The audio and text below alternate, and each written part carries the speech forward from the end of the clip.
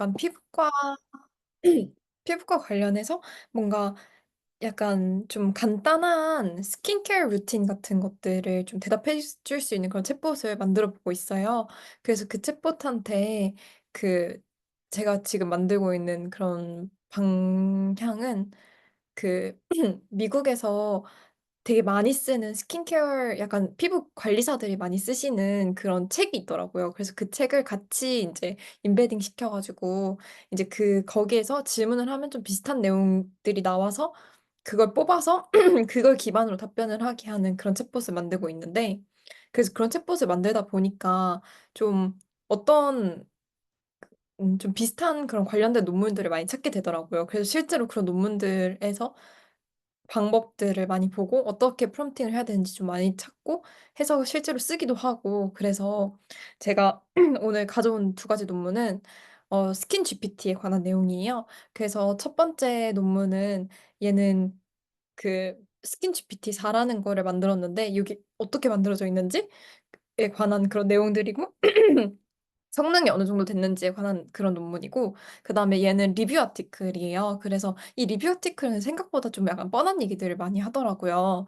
그래서 그 뒤에 실제로 어떤 스킨 챗봇들이 이제 상업화돼서 사용되고 있는지 요렇게 회사가 두 개가 있어 가지고 요 회사 두 개에 대해서 좀 간단하게 설명하는 형식으로 오늘 스터디를 진행해 보려고 합니다. 그래서 맨 처음에 스킨 GPT-4 같은 경우는 중국에서 만들어진 그러니까 중국에서 쓰여진 논문이더라고요. 그래서 중국에서 쓰여져서 그런지 얘가 중국은 그 시골 지역으로 가 보면 엄청 아무것도 없어요. 그래서 제가 중국에서 고등학교를 나왔는데 중국에서 다닐 때도 막 버스 타고 대절에서 막 3 시간씩 들어가서 의료봉사 해 드리고 했던 기억이 나거든요. 그리고 여기 약제도 잘 없어 가지고 이 시골에 그런 피부병이라든지 아니면 기생충이라든지 아니면 심장병이라든지 이런 게 정말 문제가 되게 많이 되는데, 그래서 그런지 이런 스킨 GPT-4가 그런 부분들을 좀 해결해 줄 수 있지 않을까라고 많이 얘기를 해서 이게 만들어졌다고 얘기를 하더라고요, 앞에 설명이 나와 있는 걸 읽어 봤을 때. 그리고 또 했던 얘기가 이게 replacing doctor가 아니라 결국에는 이걸 사용하는 유저들과 닥터들 사이의 커뮤니케이션을 좀 원활하게 해줄 수 있는 그런 GPT의 용도였으면 한다라고 골이 설정이 돼 있었고, 그래서 인제 얘는 전반적인 모양인데 인제 시스템 어떻게 얘를 모델링 했는지를 먼저 봐 보면 일단 비트로 인제 사진이 들어오면 얘가 smaller patches 같은 것들을 만든대요, 비트로. 그다음에 이제 smaller patches들을 뭐 엣지나 뭐 텍스처 뭐 이런 것들을 다 나눠 놓고 얘를 Q-former 모델이 임베딩을 한 다음에 그다음에 인제 이 얼라이먼트 레이어에서 얘를 좀 LLM이 인식할 수 있는 그런 언어로 바꿔서 LLM 라마 213B 챗 모델로 넘기면 인제 라마에서 이 텍스트 베이스드 다이그노시스를 환자한테 전달해 주는 그런 방식으로 설계를 했더라고요. 그래서 보면 이미지 데이터셋은 되게 중국이어서 그런지 이미지 데이터 수가 엄청 컸어요. 52,929 개를 썼더라고요. 그래서 이게 스킨컨이랑 덜넷 데이터베이스가 쪼금 들어가긴 했는데 그래도 49,000 인가가 자기 환자들 데이터였대요. 그래서 그 데이터를 넣고 학습을 시킨 그런 모델이고, 그리고 되게 좋았던 게 여기 링크 이 깃허브 들어가 보면 어떻게 모델링 했는지 코드가 그대로 나와 있더라고요. 그래서 이걸 다 올려 놓네.' 좀 싶었던 그런 부분이었고, 그래서 맨 처음에 트레이닝 시킬 때 스텝 1 이랑 스텝 2를 나눠서 했어요. 트레이닝을 시켰는데 스텝 1 에서는 인제 뭐 이 사진을 봤을 때 얘가 플라크인지 노듈인지 포스튤인지 얘를 설명할 수 있게끔 "이게 사진이 어떤 거다."라는 걸 설명할 수 있게끔 스텝 1 에서 트레이닝을 시키고, 그다음에 두 번째는 인제 진짜 의사들이 얘를 진단을 내릴 때 어떤 진단명을 내리는지 그거를 어떻게 진단을 하는지를 스텝 2 에서는 트레이닝을 시켰더라고요. 그래서 이 스텝 1 이랑 스텝 2 둘 다 인제 그 모델이 정말 정확한 디agnosis를 하려면 둘 다 필요한 스텝이었다고 얘기를 하는데, 그래서 얘를 약간 이 그림을 보면 되게 이해하기가 쉬운데, 스텝 1에서는 뭐 예를 들어서 얘는 노듈이니까 얘는 노듈 erosion variable이라는 걸로 학습을 시키고, 이 그림을 설명해 줄 수 있는 단어들을 학습을 시키고, 그다음에 이제 스텝 2에서는 이제 진단명들을 이렇게 학습을 시킨 다음에, 이제 이게 더마톨로지스트가 실제로 얘기를 한 그런 진단명들을 합숙을 시키는 그런 방식으로 진행이 됐는데, 그래서 스텝 1만 만약에 학습을 시켰을 때는 제대로 말을 이제 아무래도 판독을 잘 못한대요. 플라크, 뭐 크러쉬 이런 식으로 얘기하고 뭐. 근데 또 동시에 스텝 2만 또 학습을 시켰을 때는 얘는 그냥 아무 명이나 이게 아닌데, 에피더미시스트가 아닌데 그냥 아무 명이나 좀 비슷해 보이는 걸로 얘기를 하는 그런 경향성이 있었고, 그다음에 미니 GPT-4 같은 경우도 이제 제대로 이렇게 판독을 잘 못하는 그런 경향성이 있었대요. 근데 이제 스텝 1이랑 스텝 2를 다 같이 학습시켰을 때는 이제 정확하게 진단을 내리고, 그다음에 어떻게 치료를 해야 되는지까지도 이제 좀 정확하게 나왔다고 얘기를 하더라고요.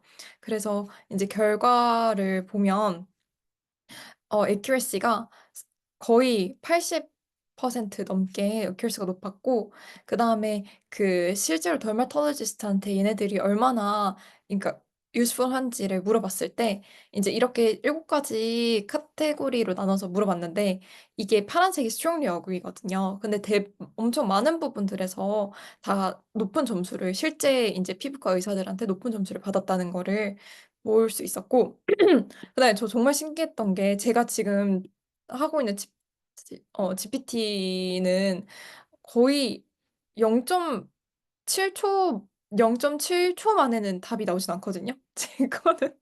제 거는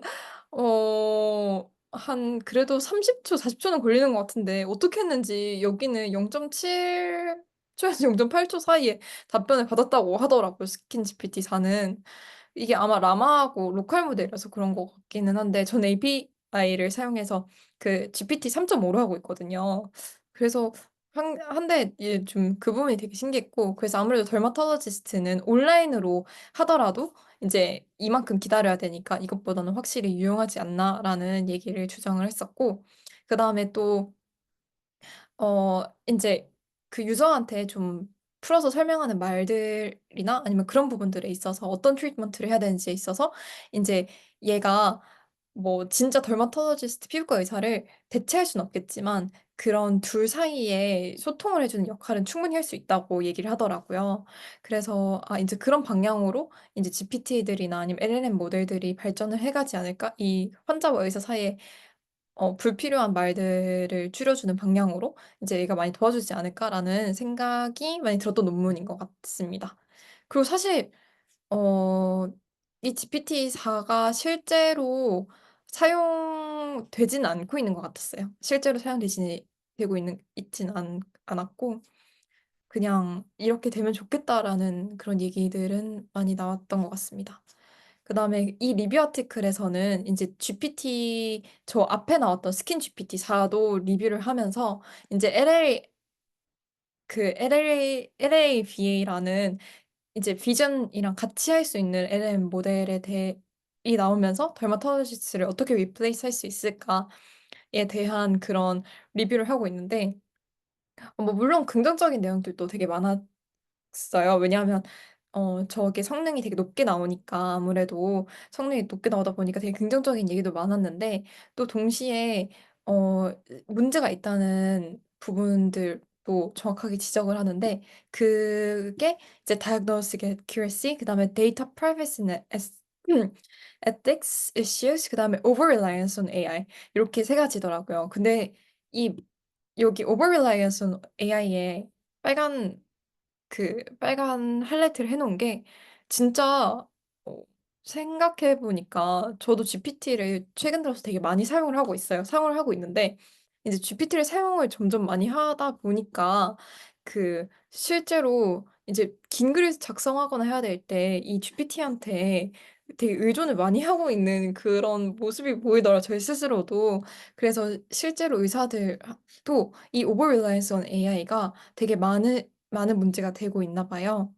그래서 요 부분을 다룬 그런 논문도 있어서 되게 이 부분에 대해서도 정말 생각을 해봐야겠다. 이게 진짜 뭐 예를 들어서 저희는 쉬고 있잖아요. 의대생들은 아예 공부를 안 하고 쉬고 있으니까 이 갭 사이에서 이제 계속 늘 해왔던 공부들이 더 이상 이제 익숙해지지 않는 순간 이제 AI한테 이렇게 오버 릴라이언스가 되는구나라는 생각도 되게 많이 들고 그래서 되게 많이 생각해봐야 되겠다고 생각이 들었던 부분이었고 그다음에 또 신기했던 게 NAAP를 어떻게 사용을 해야 되는지도 되게 자세하게 적혀 있더라고요.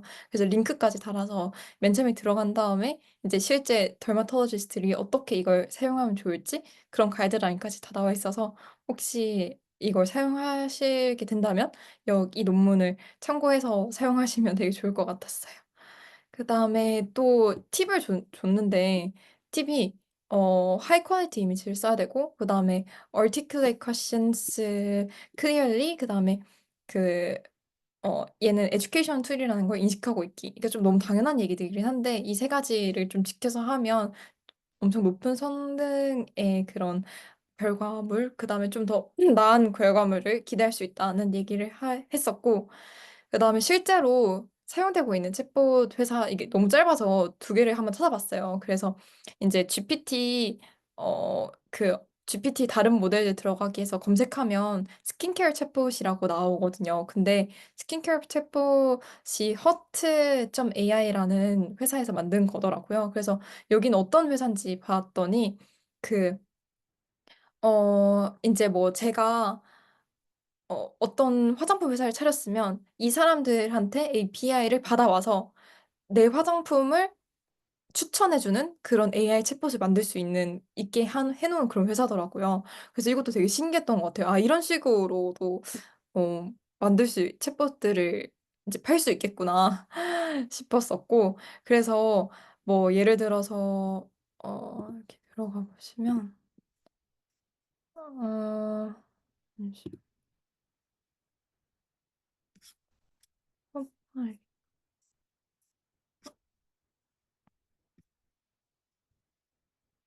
잠시만요. 보면 뭐 실제로 여기서 API를 받아서 사용하고 있는 이런 화장품 회사들이 많대요. 그래서 이 화장품 회사들이 자기 클라이언트에 맞게 그런 챗봇을 만들고 싶을 때 여기에 그런 API를 받아서 만들게 하는 그런 챗봇이었고 그다음에 또 두 번째 회사는 Linkify AI라는 거였는데 여기는 그 제가 쓴 글들이나 그런 말들에 약간 링크를 다 달아주는 거예요. 그래서 뭐 예를 들어서 아마존 링크를 이제 제가 뭐 이런 프로덕트를 쓰면 좋습니다라고 상담을 했으면 그 프로덕트 링크를 달아주는 그런 그런 AI를 만드는 회사였는데 그 회사가 또 여기 보면 이렇게 스킨케어 GPT도 만들었더라고요. 그래서 스킨케어 GPT도 만들어서 뭐 예를 들어서 이렇게 질문을 하면 이렇게 대답을 해주고 그 다음에 어, 잠시만요. 어, 이렇게 해주고 링크도 같이 달아줘 주는 걸 제가 확인을 했는데 네, 여기 보시면 이렇게 솔루션을 제공을 하고 또 동시에 이렇게 아마존에서 살 수 있게 이렇게 링크를 달아주더라고요. 그래서 이렇게 되면 이제 실제 어, 이제 수익 모델이 나오니까 이렇게 되면 판매할 수 있는 그래서 이런 식으로도 스킨케어에 관한 GPT가 사용되는 것 같았어요.